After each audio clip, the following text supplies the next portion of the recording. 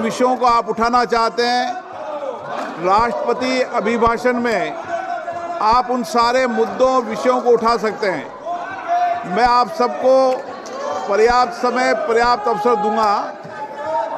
मैंने पहले भी कहा है कि कई संसदीय प्लेटफार्मों पर ये यहाँ भी निर्णय हुआ है और भी निर्णय हुआ है कि प्रश्नकाल कभी भी स्थगित नहीं होना चाहिए और आपको भी प्रयास करना चाहिए। ये आप सबकी। नमस्कार। महाकुंभ में हुए स्टैम्पेड के ऊपर हंगामा आज संसद में हुआ। जैसे ही आज संसद का कार्यकाल शुरू हुआ, लोकसभा की हम बात कर ले। पहले लोकसभा में कांग्रेस के सभी और विपक्ष के सभी नेता आज वेल में थे। प्रियंका गांधी वाड्रा जो नई नई सांसद बनी है वो भी वेल में थी और बहुत ही जोरदार ढंग से इस बात को उठाया गया कि उत्तर प्रदेश सरकार के द्वारा मरने वालों का आंकड़ा अब तक सही से बताया नहीं गया है। काफी हंगामेदार रहा। लोकसभा के अध्यक्ष ओम बिरला के बार बार गुजारिश करने के बाद भी विपक्ष शांत नहीं हुआ, लेकिन हंगामे के बीच में प्रश्नकाल को लिया गया। ओम बिरला ने विपक्ष के सांसदों को कहा कि जब राष्ट्रपति के अभिभाषण पर चर्चा करने का उनको मौका मिलेगा तब ये विषय उठा सकते हैं, लेकिन विपक्ष मांग करता रहा कि सरकार मरने वालों का आंकड़ा बताए। जो मौनी अमावस्या के दिन जो भगदड़ मची थी उत्तर प्रदेश प्रयागराज महाकुंभ 2025 में, उसमें रात के 2 बजे की घटना थी और शाम के अगले 6 बजे जाकर के पुलिस ने एक छोटी सी प्रेस कॉन्फ्रेंस करी थी। उसमें बताया कि मृतक की संख्या 30 है और घायल 60 हैं। लेकिन कई सारे वीडियो सामने आ रहे हैं सोशल मीडिया प्लेटफॉर्म पर, जिसमें कि जो परिजन हैं वो कह रहे हैं कि उनके जो साथ थे, जो अब तक लापता हैं, उनके बारे में सरकार बता नहीं रही है।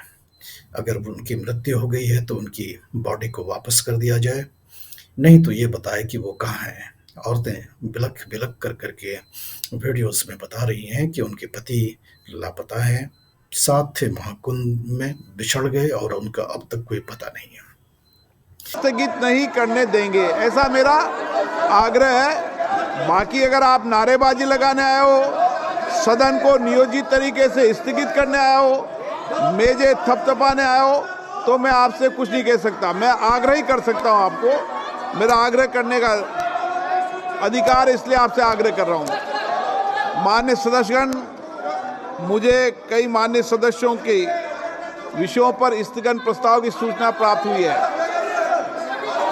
मैंने स्थगन प्रस्ताव की किसी सूचना की अनुमति नहीं दी है, लेकिन माननीय जो मार्च हो रही है वहां पर भी मीडिया जाने की कोशिश की है और वहां पर भी झड़प से स्थिति देखी गई है और कहीं ना कहीं उत्तर प्रदेश की जो सरकार है वो कटघरे में खड़ी होती सी दिखाई पड़ रही है कि जो महाकुंभ में जो भगदड़ हुआ उसकी असलियत क्या थी। हालांकि उत्तर प्रदेश के मुख्यमंत्री योगी आदित्यनाथ ने जुडिशल कमीशन का गठन कर दिया है और जुडिशल कमीशन के मेंबर्स महाकुंभ के स्थान पर जाकर करके अपनी इंक्वायरी भी शुरू कर दी है, सीसीटीवी की छानबीन शुरू कर दी है, स्पॉट पर जो भी छानबीन होता है उनकी शुरुआत कर दी है। लेकिन विपक्ष काफी हमलावर है और ऐसे में यह भी देखा गया कि दिल्ली विधानसभा चुनाव का, जो कि आखिरी दिन चुनाव प्रचार का है, योगी आदित्यनाथ को सिर्फ पूरे चुनाव प्रचार में एक दिन देखा गया जब उन्होंने 3 विधानसभाओं में जाकर के जनसभाएं ली। यानी कि उन्होंने 3 जनसभाओं को संबोधित किया, जबकि तय था कि करीबन 16 जनसभाओं को वो संबोधित करेंगे। तो यह स्पष्ट होता है कि योगी आदित्यनाथ दिल्ली के विधानसभा चुनाव में प्रचार जो करना चाहिए था वो कर नहीं पाए और कारण लोग बताते हैं कि वो उत्तर प्रदेश से बाहर निकल नहीं पा रहे हैं। महाकुंभ का दौरा उन्होंने खुद किया, ऑन द स्पॉट गए, जो घायल हैं अस्पतालों में जाकर के उनसे मिले, लेकिन दिल्ली के विधानसभा चुनाव में वो देखे नहीं गए। दिल्ली भारतीय जनता पार्टी यूनिट को बहुत दरकार थी कि योगी आदित्यनाथ के प्रचार से माहौल बदलेगा और जो स्विंग वोटर्स हैं उन पर उनका असर आएगा, लेकिन योगी आदित्यनाथ कहीं ना कहीं दिल्ली के विधानसभा चुनाव में आने के लिए उनके पास समय मिल नहीं पाया और जो लखनऊ में राजनीतिक जानकार हैं, उनका कहना है कि कहीं न कहीं उपलब्धता योगी आदित्यनाथ की बन नहीं पा रही है, क्योंकि जो भगदड़ हुई, जो स्टैम्पीड हुआ महाकुंभ में, उसके बाद उनकी ज़्यादा एंगेजमेंट उत्तर प्रदेश में हो रही है। वीआईपीज़ का जाना लगा हुआ है, वाइस प्रेसिडेंट होकर के आए, गृह मंत्री भी होकर के आए, और भी वीआईपीज़ वहाँ पे आ रहे हैं। भूटान के जो राजा हैं वो भी आज वो पहुँचे हैं लखनऊ, और वो भी शिरकत करेंगे महाकुंभ में। इस तरह से वीआईपीज़ का जाना लगा हुआ है। रामदेव को कई बार देखा हमने।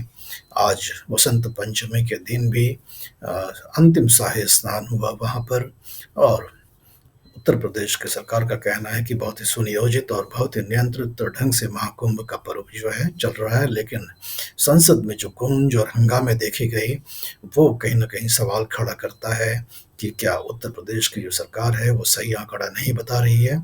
नहीं बता रही है तो क्यों नहीं बता रही है?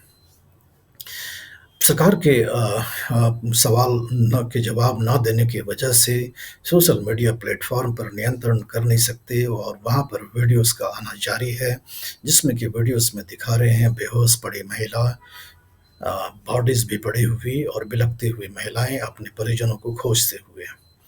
तो ऐसे में सवाल काफ़ी खड़े होते हैं कि उत्तर प्रदेश की सरकार जो सवाल होने चाहिए उनके उत्तर क्यों नहीं दे रही। तरीके से तो ये है कि सवाल के उत्तर दिए जाए, सही आंकड़ा दिया जाए, जो खो गए हैं उनका पता लगाया जाए, और समय सीमा के अंदर जितने भी सवाल महाकुंभ में आए हुए लोगों का है उनके उत्तर दिए जाएं। भारतीय जनता पार्टी की तरफ से पूर्व के केंद्रीय मंत्री रविशंकर प्रसाद ने राष्ट्रपति के अभिभाषण में भाग लेते हुए एक अलग ढंग की बात करी, और उन्होंने कहा कि जो स्टैम्पेड, जो भगदड़ महाकुंभ में हुई, वो एक साजिश के तहत हुई, और उस साजिश का पता लगाने की कोशिश की जा रही है, और जैसे ही साजिश का मालूम चल जाएगा तो जिसने भी ये साजिश की थी किसी को बख्शा नहीं जाएगा। तो एक तरह से कॉन्स्पिरेसी थियरी बताई जा रही है कि जो स्टैम्पेड हुआ था, आरोप है बीजेपी की तरफ से कि एक षड्यंत्र की तरह ये उत्तर प्रदेश के सरकार को बदनाम करने के लिए किया गया था। तो विपक्ष और पक्ष, सत्ता पक्ष और विपक्ष के बीच ठन पड़ी है संसद के अंदर में, और आने वाले दिनों में भी हमें ऐसा लगता है कि महाकुंभ का जो स्टैम्पेड हुआ और जो सवाल हैं जो पूछे जा रहे हैं प्रयागराज में, लखनऊ में, वो अब दिल्ली में संसद में भी पूछे जाएंगे, और कहीं ना कहीं नरेंद्र मोदी सरकार को भी और गृह मंत्रालय को भी जवाब देना पड़ेगा कि महाकुंभ के स्टैम्पेड की सही सच्चाई क्या है। हंगामे काफ़ी हो रहे हैं संसद के अंदर में, और विपक्ष काफ़ी हमलावर है, और ये एक ऐसा मौका लगता है जिसमें कि योगी आदित्यनाथ को घेरने की एक कोशिश की जा रही है, और उत्तर प्रदेश के जो समाजवादी पार्टी के सांसद हैं वो पूरी ताकत के साथ लोकसभा के वेल में आज दिखाई पड़े।